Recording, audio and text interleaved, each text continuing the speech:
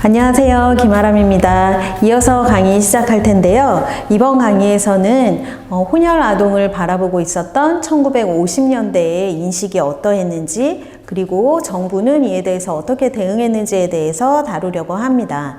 특히 한국에서 해외 입양이 처음으로 시작되었던 과정을 같이 살펴보도록 하겠습니다. 먼저 혼혈 아동이라고 했을 때 당시에 살던 한국의 사람들은 어떤 생각을 하게 됐을까요? 부정적인 생각이 대부분이었습니다. 먼저 양갈보, 똥갈보라고 한다거나 깜둥이하고 놀려대서 돌멩이를 온몸에 비볐다라고 하는 기록이 있다거나 또는 표백제를 칠해도 하얘지지 않았다라는 등의 당시 혼혈 아동들이 남긴 기록들도 살펴볼 수 있습니다. 당시를 살고 있었던 혼혈 아동에게는 이러한 차별적이고 부정적인 인식이 너무 힘들었었던 것이죠. 그렇다면 이렇게 부정적이고 차별적인 인식이 왜 생겨났을까요? 너무 당연한 질문이라고 생각할 수도 있겠지만 당시 사회에서 이러한 인식이 형성되는 데에는 몇 가지 배경을 생각해 볼 수 있겠습니다. 먼저 그 첫 번째로는 한국 사람과 다른 인종이라고 하는 것에 대한 거부감을 들 수 있겠습니다. 지금도 사실 우리 사회에서는 이러한 인종차별적인 어떤 사건들이 벌어지거나 이것이 문제시 되었던 일들도 경험하게 되는데요. 이때 1950년대 상황이라고 했을 때에는 이러한 다른 존재를 대하는 사람들의 인식이 매우 부정적이고 거부감이 크게 나타났던 것 같습니다. 두 번째로는 이 혼혈 아동이 누구에게서 태어났는가라고 하는 것입니다. 이들의 어머니가 누구이냐라고 하는 거죠. 지난 강의에서 살펴본 것처럼 이 아이들이 태어나게 된 데에는 성매매가 있었습니다. 이들의 어머니는 당시에 양공주라고 불렸던 사람들이 많이 있었던 거죠. 그래서 1950년대 사람들에게는 이 혼혈 아동은 양공주의 자식이다, 양공주가 낳은 아들이다, 낳은 딸이다 라고 하는 생각 때문에 이 아이들에 대해서 긍정적인 생각을 가지지 않았습니다. 특히나 1950년대에 전쟁이 끝나고 나서는 많은 남성들이 전쟁에서 희생이 되기도 했었고, 사회적으로는 오히려 더 도덕이 필요하다, 우리에게는 도의가 중요하다 라는 인식이 많이 있었는데요. 이러한 양공주라고 하는 성매매 여성의 존재는 당시 한국에서 필요하다고 하는 이 도의, 도덕에 어긋나는 사람이라고 생각했었던 거죠. 특히나 이 여성들은 정조를 잃어버렸다라고 하는 인식을 받았기 때문에 이 어머니에게서 태어난 혼혈 아동에 대한 인식은 부정적이었습니다. 앞선 강의에서는 순덕이라고 하는 아이의 사례를 보여드렸었는데요. 이 순덕이 같은 경우는 미군의 강간으로 태어났지만 순덕이 어머니를 대하는 사람들의 인식은 양공주다 라고 하는 것에서 벗어나지 않았습니다. 그러니까 혼혈아가 어디에서 어떻게 태어났느냐라고 하는 사실보다도 이 아이들은 그저 양공주의 자식이다 라고 하는 것으로 인식이 되었었던 것이죠. 세 번째로는 부계혈통 중심의 사고라고 정리할 수가 있겠는데요. 이 말의 뜻은 아버지가 누구냐라고 하는 것에 따라서 이 아이에 대한 인식이 달랐을 수 있겠다라고 하는 점입니다. 당시에 한국 사회에서는 아버지, 아들로 이어지는 부계 혈통이 중요하다고 생각되었기 때문에 이 혼혈 아동의 경우에는 아버지가 우리나라 사람이 아니다라고 하는 것 때문에 부정적인 인식이 함께 작용을 했었던 거죠. 조선일보의 신문 기사에서는 한국의 남성이 혼혈인을 낳았다면 모멸과 조소가 없었을 것이라고 하는 내용의 기사가 실리기도 했습니다. 즉, 혼혈 아동의 아버지가 한국인이 아니라 외국인이기 때문에 오히려 더 이들에 대해서는 긍정적인 인식이 작용하기 어려웠다라고 하는 것이죠. 이 점을 생각해 보면 사실 오늘날에 많은 결혼 이주 여성이 있고 우리나라에서도 이른바 다문화 가정이라고 하는 여러 가정들이 있습니다. 그렇지만 이에 대한 어떤 인식과 당시 혼혈인을 대하는 인식은 많이 차이가 있었다고 생각해 볼 수 있습니다.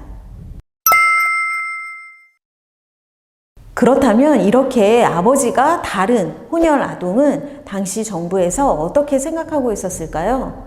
우리나라의 국적법을 먼저 찾아보아야겠습니다. 1948년 정부 수립 이후에 한국에서는 국적법을 제정하게 되는데요. 우리나라의 국적법은 부모가 어느 나라 사람이냐라고 하는 속인주의에 따르고 있습니다. 그와 더불어서 북의 혈통주의를 따른다고 하는 것이 아주 중요한 특징입니다. 즉, 이 당시의 국적법은 1997년까지 유지가 됐었는데요.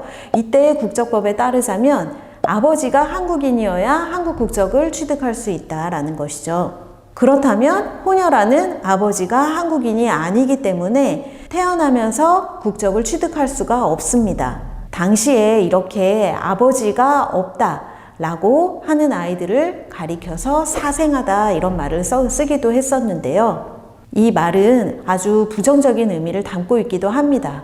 아버지가 없는 자식이다, 애비 없는 자식이다, 이런 말들이 사실은 한국에서는 오래전부터 쓰여오던 말이었었고요. 이에 대한 사람들의 생각은 그렇게 좋지 않았었던 것이죠. 이렇게 법적으로 한국 국적을 취득하지 못하고 있었던 혼혈아동에 대해서 한국 정부는 어떤 생각을 했을까요?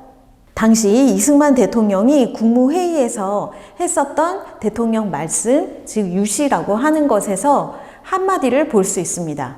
바로 그 한마디는 내보내도록 하라 라는 것이었습니다. 어디로 내보내라고 하는 걸까요? 이 아이들을 아버지의 나라로 내보내야 한다라는 인식이었습니다. 아버지의 나라라고 했을 때에는 당연히 미국이 가장 우선이 되었었던 거죠. 그렇다면 이 아이들을 미국으로 보내는 것이 적합하다라고 하는 것이 정부 대통령의 인식이었습니다. 그렇다면 이 아이들은 미국의 해외 입양을 보내지게 되었던 건데요. 그 입양의 통계도 이렇게 확인을 해보실 수가 있습니다. 통계상으로 보았을 때는 아주 큰 차이가 나는 것은 아니지만 이른바 백인계라고 하는 아이들의 입양이 좀 더 많았던 것을 보실 수가 있고요. 입양되는 국가로는 미국이 단연 대부분을 차지하고 있습니다. 그리고 또 한편으로는 이 혼혈 아동이 50년대 당시에 전체 어느 정도 규모가 있었는가 궁금하실 텐데요. 이 통계 또한 함께 보실 수가 있습니다.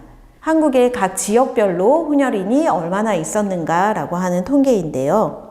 이 통계는 보건사회부라고 하는 정부 부처에서 매년 조사를 했던 결과를 종합한 것입니다.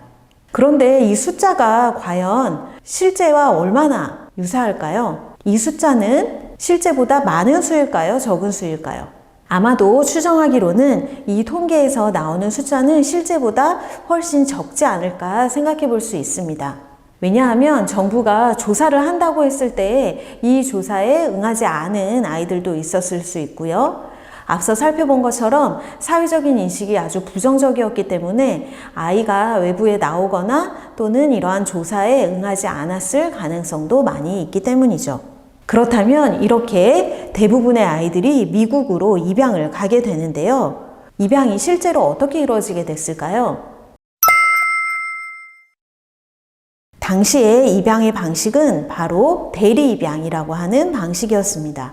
이 대리 입양이라는 것은 대리, 누군가가 무엇을 대신해 준다라고 하는 것이죠.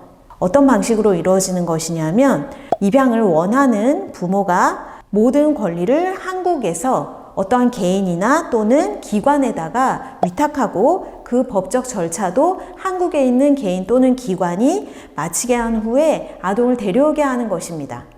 즉, 미국이라고 한다면 미국에서 이 아이들을 입양하려고 하는 양부모는 한국에 직접 들어와서 아이를 데려가는 것이 아니고 한국에 있는 사람이나 단체가 아이를 판단한 다음에 데려가서 미국의 부모에게 보내지는 것이죠. 이러한 방식을 왜 하게 됐을까라고 한다면 먼저 미국과 한국의 거리가 멀기 때문에 부모가 한국에 와서 아이를 데려가기가 너무 멀다. 직접 만나기는 어렵다. 그런 한계가 있다라고 하는 점에서 시작을 한 것인데요.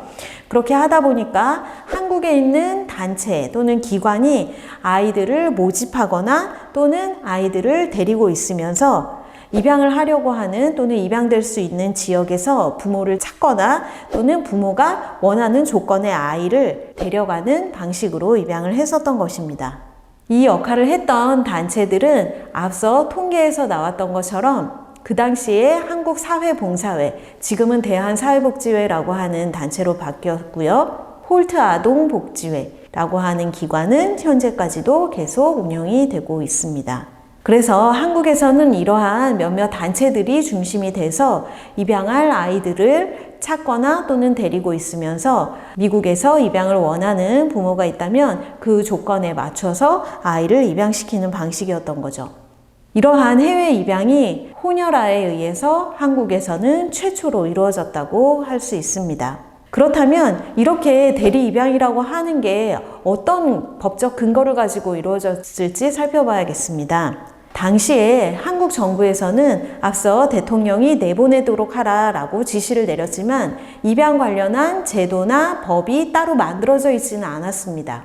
아이들이 입양될 때에는 미국의 난민구호법에 따라서 입양이 됐던 것이고요. 이 난민구호법에서는 대리 입양을 인정하고 있었던 것이죠.